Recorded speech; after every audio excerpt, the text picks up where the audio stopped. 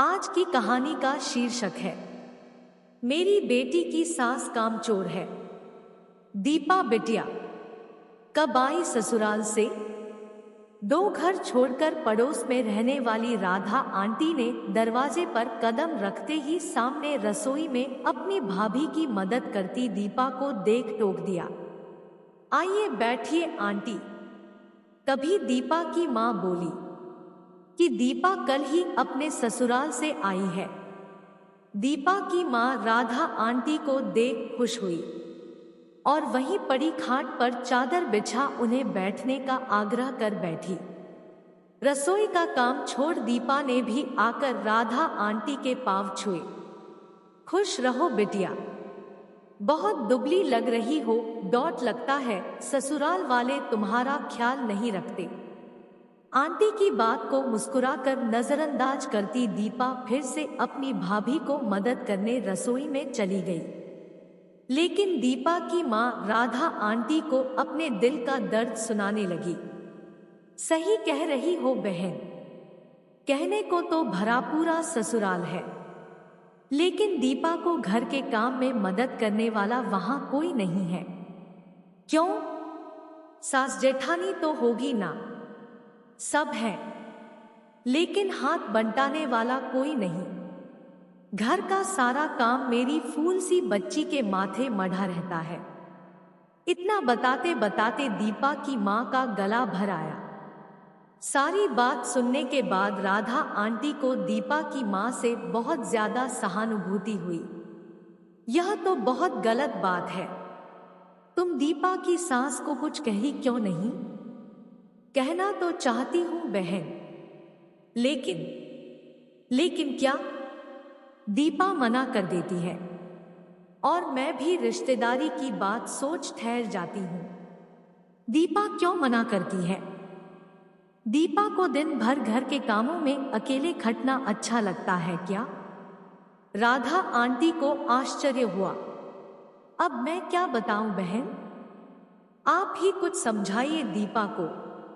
दीपा की मां की सहमति पाकर राधा आंटी ने रसोई की ओर झांका, लेकिन सामने चाय की प्याली लिए दीपा पहले से ही हाजिर थी।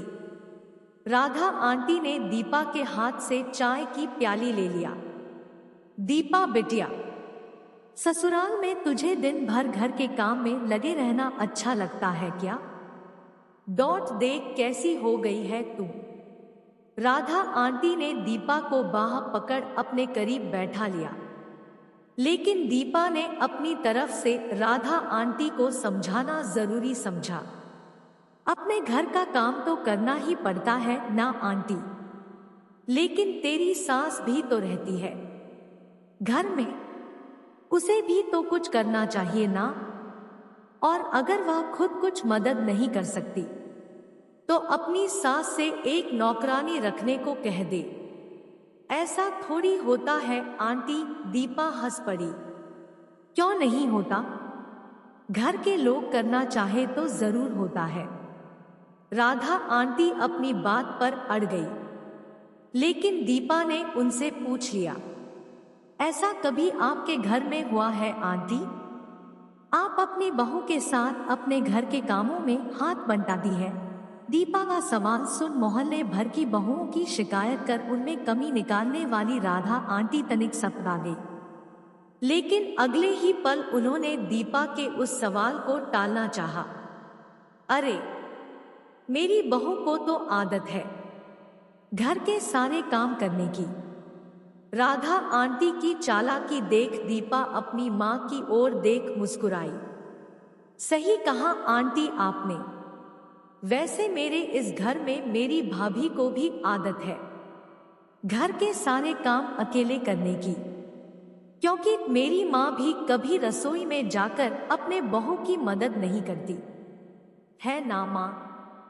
इस बार दीपा ने सवालिया निगाहों से अपनी मां की ओर देखा और बेटी की बात सुनकर दीपा की मां मुस्कुराई। हां, मेरी बहू भी बहुत कर्मठ है, कभी रसोई या घर के किसी काम में मेरी मदद नहीं मांगती।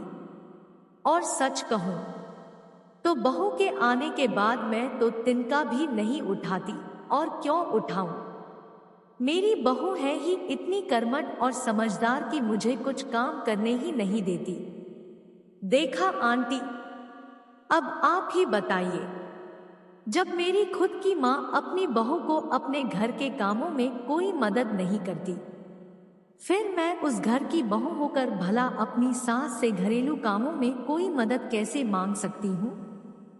दीपा की बात सुनकर राधा आंटी के साथ साथ दीपा की माँ भी निशब्द हो गई।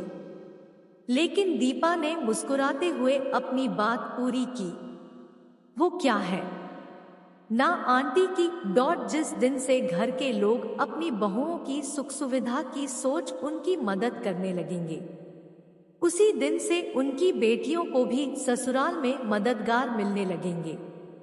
घरेलू कामों में कभी अपनी बहू की मदद न करने वाली राधा आंटी और दीपा की माँ एक दूसरे का मुंह देखती रही।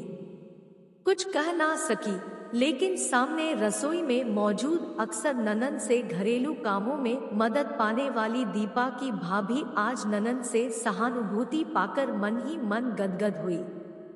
दोस्तों, यहाँ मैं किसी की बुराई नहीं कर रही, मैं सिर्फ समाज को आईना दिखाना चाहती हूँ कि अगर हम अपनी बेटी के लिए कुछ चाहते हैं